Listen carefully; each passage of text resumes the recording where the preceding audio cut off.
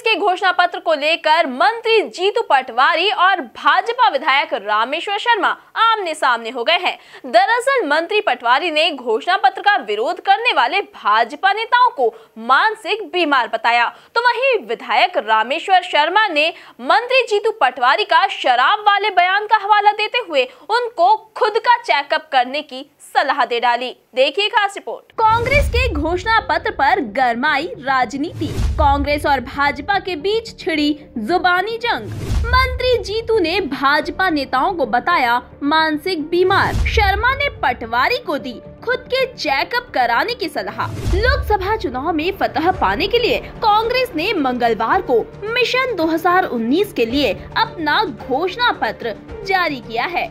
कांग्रेस के घोषणा पत्र के जारी होने के बाद लगातार बीजेपी मैनिफेस्टो को लेकर जुबानी हमले कर रही है। कोई इसे अंतर्राष्ट्रीय आतंकवादियों द्वारा तैयार करने वाला बता रहा है, तो कोई इसे सेना का विरोधी। इन सब के बीच मंत्री जीतू पटवारी ने घोषणा पत्र का विरोध करने वाले भाजपा नेताओं को मानसिक बीमार बताया है। साथ ही भाजपा नेताओं को ठंडक में बैठने की सलाह भी दे डाली। कि जिसको जो मानसिक रूप से बीमार हो, भारतीय जनता पार्टी के कोई कार्यकर्ता, मुझे नाम नहीं पता, कोई नेता जो इस तरह की बात करता है, मुझे लगता है उसको अपना उपचार कराना चाहिए।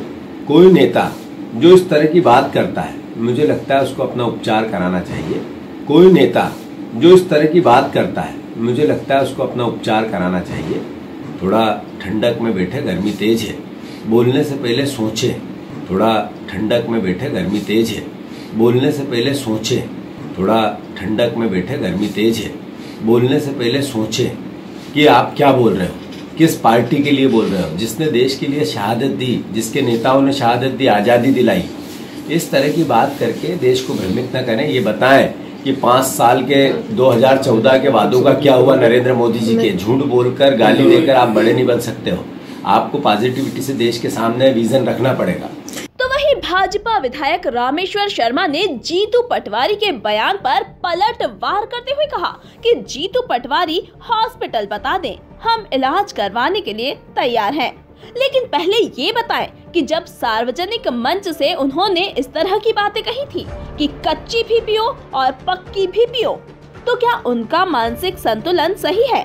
तो वहीं कांग्रेस के दूसरे मंत्री बीड़ी पिलाने की बात करते हैं, क्या उनका मानसिक संतुलन सही है?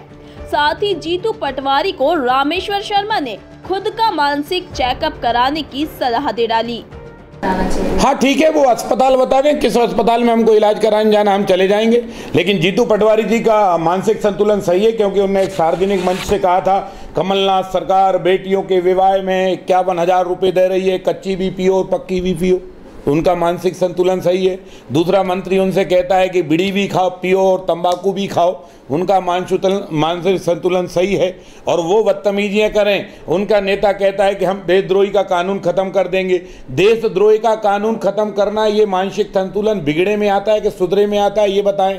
जहाँ भारत की सेना युद्ध लड़ रही है, BSF, CRPF या हमारे मिलिट्री फोर्सेज, उनको वहाँ से वापस उठाना, ये संतुलन बिगड़े में आता है कि सुधरे में आता है, ये बताएं। ये बताएं पूरे देश और प्रदेश को कि संतुलन राहुल गांधी और जीतू पटवारी जी का बिगड़ा है कि भारतीय जनता पार्टी का बिगड़ा है। आपने आतंकवाद का समर्थन किया है, ये आपका मैनिफेस्टो कहता है। इसलिए श्रीमान जीतू पटवारी जी, हमारी चेकअप तो करा दो, लेकिन इसके पहले आप खुद की भी करवा लो, ज़्यादा अच्छा, क्योंकि आपके पास में कानून ज़्यादा हैं इस समय। ऐसा नहीं कि आप गलत डिसीजन ले लो, प्रदेश का भाग ही बिगड़ जाए। चलिए आपको एक बार फिर सुनाते हैं दोनों ही नेताओं के बयान बाण कि किस तरह कांग्रेस के घोषणा पत्र को लेकर इन दोनों नेताओं के बीच जुबानी जंग छिड़ गई है। कि जिसको जो मानसिक रूप से बीमार हो, भारतीय जनता पार्टी के कोई कार्यकर्ता, मुझे नाम नहीं पता, कोई नेता जो इस तरह की बात करता है, मुझे लगता है उसको अपना उपचार कराना चाहिए। थोड़ा ठंडक में बैठे, गर्मी तेज है, बोलने से पहले सोचे कि आप क्या बोल रहे हो, किस पार्टी के लिए बोल रहे हो, जिसने देश के लिए शहादत दी, जिसके नेताओं ने शहादत दी, आजादी दिलाई। इस तरह की बात करके देश को भ्रमित न करें। ये बताएं कि 5 साल के 2014 के वादों का क्या हुआ नरेंद्र मोदी जी के। झूठ बोलकर, गाली देकर आप बड़े नहीं बन सकते हो। आपको पॉजिटिविटी से देश के सामने विजन रखना पड़ेगा। हाँ ठीक है, वो अस्पताल बता दें किस अस्पताल में हमको इलाज कराने जाना, हम चले जाएंगे।